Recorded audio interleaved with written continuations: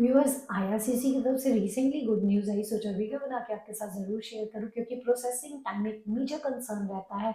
IRCC की inventory बड़ी रहती है एप्लीकेशंस में, और लाखों में एप्लीकेशंस होती हैं, इसीलिए प्रोसेसिंग टाइम वेरी करता है। कई एप्लीकेशंस का बहुत ज़्यादा होता है, कुछ तो विद इन स्टैंडर्ड टाइम जो है वो हो जाती है प्रोसेस, लेकिन कुछ बैकलॉग में चली जाती हैं।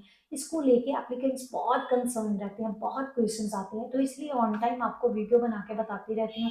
जो रिसेंट अपडेटेड इन्फॉर्मेशन आई है ना, वो है टिल दिसंबर 2024 आईआरसीसी की इन्वेंटरी में कितनी टोटल एप्लीकेशंस हैं, कितनी प्रोसेसिंग टाइम मतलब स्टैंडर्ड प्रोसेसिंग टाइम में प्रोसेस हो रही है, और कितनी बैकलॉग में है। इस चीज के बारे में आज वीडियो में डिटेल में डिस्कस करेंगे। वीडियो नहीं जा रहा है इन्फॉर्मेटिव, क्योंकि मैं आपको लेके जा रही हूँ आईआरसीसी की ऑफिशियल वेबसाइट पे, आपको रिलायबल इंफॉर्मेशन प्रोवाइड करने जा रही हूँ।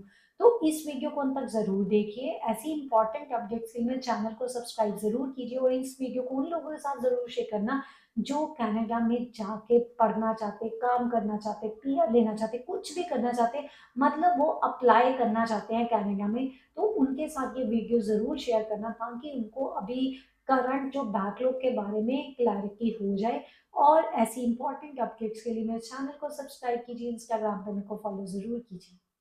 सो व्यूअर्स आ चुके हैं हम आईआरसीसी की ऑफिशियल वेबसाइट के ऊपर, जहां पर हम देखेंगे कितनी total number of application IRCC की इन्वेंटरी में है, और कितनी इन टाइम प्रोसेस हो रही है, और कितनी बैकलॉग में है। साथ में ये भी जानेंगे पीयर की एप्लीकेशंस में कितना प्रोजेक्टेड था, उन्होंने कितना एंटिसिपेट किया था, और कितना बैकलॉग रहा है।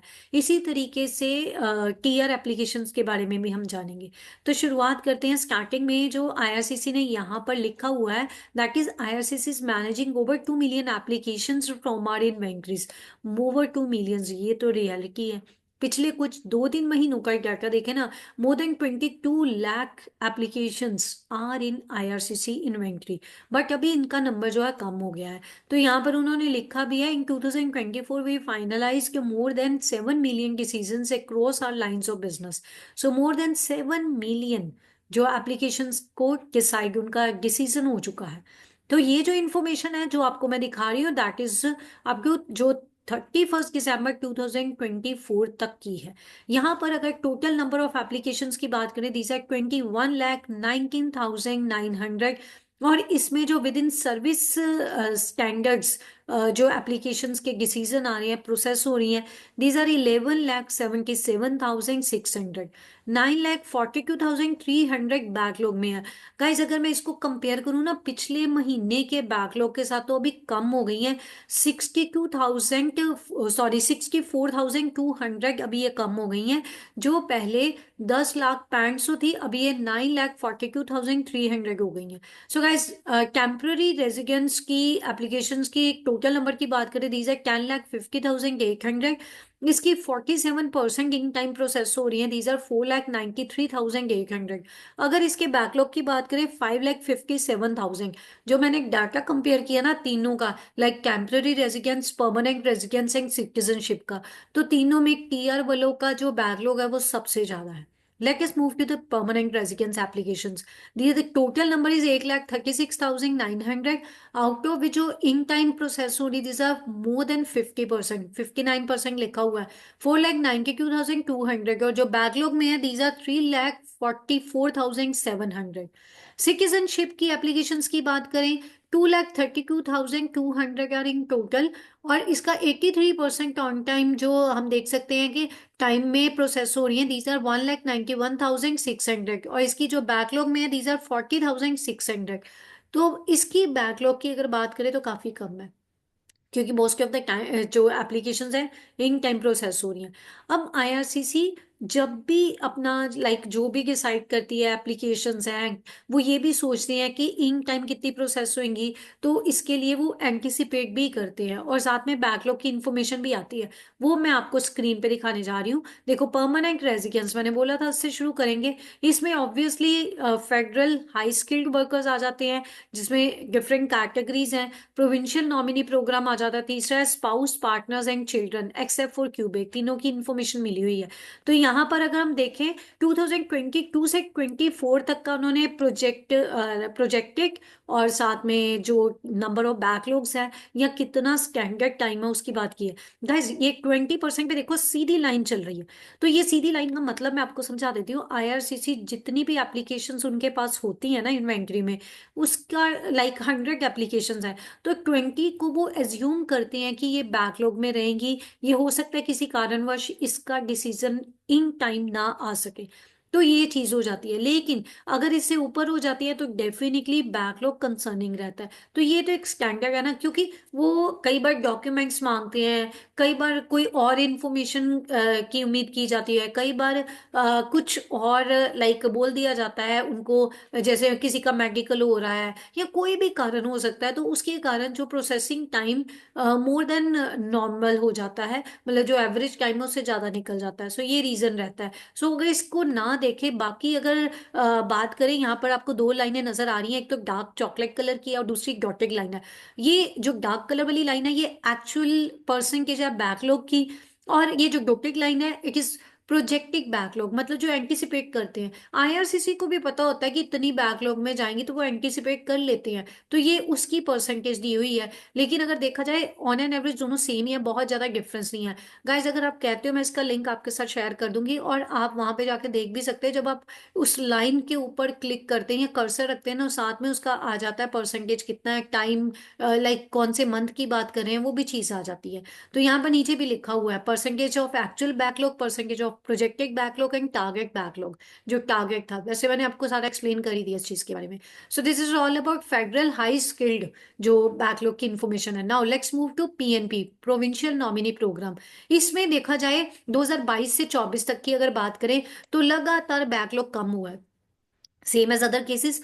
तो बैकलॉग जो कम हुआ है ना, यहाँ पर अगर बात करें 2023 की, तो प्रोजेक्टेड और जो एक्चुअल बैकलॉग है उसमें डिफरेंस नजर आ रहा है। लेकिन अभी अगर बात करें ना, like previous year, that is March 2024 onwards, इसमें जो बैकलॉग है वो बढ़ता जा रहा है। चाहे प्रोजेक्टेड 20% था, लेकिन ये ज्यादा हो गया है।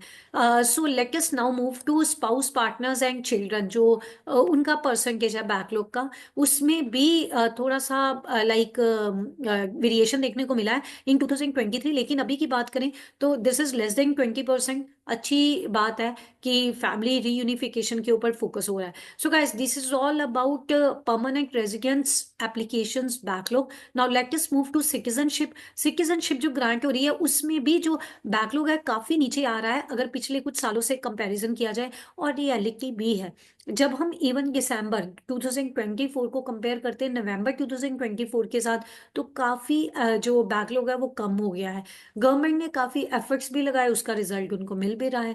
अब इसमें भी देखो प्रोजेक्टेड बैकलॉग यहाँ पर लाइक जुलाई 2024 में ज़्यादा था, लेकिन ये फिर भी ऑन एन एवरेज 17%, 18% के राउंड अबाउट स्टेबल हो रहा है। सो this is even less than 20% जो आईआरसीसी एंटिसिपेट करती है। So let us move to the temporary residence because lot of applicants are there जो temporary resident visa जो है उसमें अप्लाई करते हैं, और इसमें मोस्ट ऑफ द टाइम होते हैं स्टडी परमिट वाले और वर्क परमिट वाले। सो गाइस जो टोटल टेम्पररी रेजिडेंट वीजास का बैकलॉग है ना, उसमें बहुत ज्यादा फ्लक्चुएशन देखने को मिली है। लेकिन अगर हम 2024 की बात करें तो ये बढ़ता गया है टेम्पररी रेजिडेंट, ऑब्वियसली इसी कारण जो इनका प्रोसेसिंग टाइम भी बढ़ रहा है। अब देखो, चाहे स्टडी परमिट हो, अगर मैं पिछले हफ्ते का जो अपडेट आई है उसकी इन्फॉर्मेशन दूं आपको, तो उसमें अभी 14 वीक्स का टाइम लग रहा है। वर्क परमिट की बात करें तो अगर इंडिया से अप्लाई किया, मैंने इंडिया की बात की है, बाकी वेरी करता है आप कौन सी कंट्री में अप्लाई कर रहे हैं। जो मैंने स्टडी परमिट का बताया वो भी मैंने इंडिया का बताया, और जो मैं वर्क परमिट का बताने जा रही हूँ वो भी इंडिया का है।